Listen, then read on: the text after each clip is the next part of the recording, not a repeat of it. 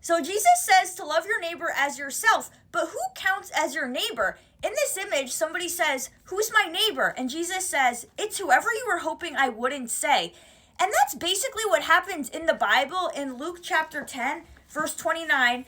One of the experts in religious law asked Jesus this, and it says, the man wanted to justify his actions, so he asked Jesus, "And who is my neighbor?" So Jesus replied with a story. A Jewish man was traveling from Jerusalem down to Jericho, and he was attacked by bandits. They stripped him of his clothes, beat him up, and left him half dead beside the road. By chance, a priest came along, but when he saw the man lying there, he crossed to the other side of the road and passed him by. A temple assistant walked over and looked at him lying there, but he also passed by on the other side. Then a despised Samaritan came along, and when he saw the man, he felt compassion for him. Going over to him, the Samaritan soothed his wounds with olive oil and wine and bandaged them. Then he put the man on his own donkey and took him to an inn where he took care of him. The next day, he handed the innkeeper 2 silver coins, telling him, "Take care of this man. If his bill runs higher than this, I'll pay you the next time I'm here."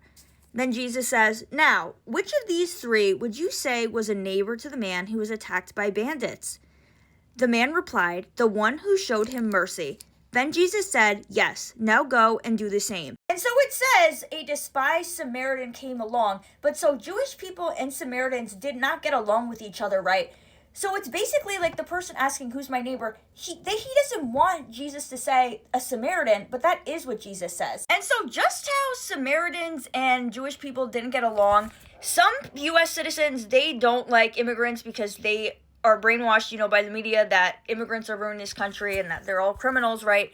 Even though the real people that are ruining this country are billionaires. But anyways, this is a image that shows, it was a video, but 50 people crammed in a cell with no beds or bathrooms, including U.S. citizens. So this is obviously not a loving situation, and this isn't showing these people mercy.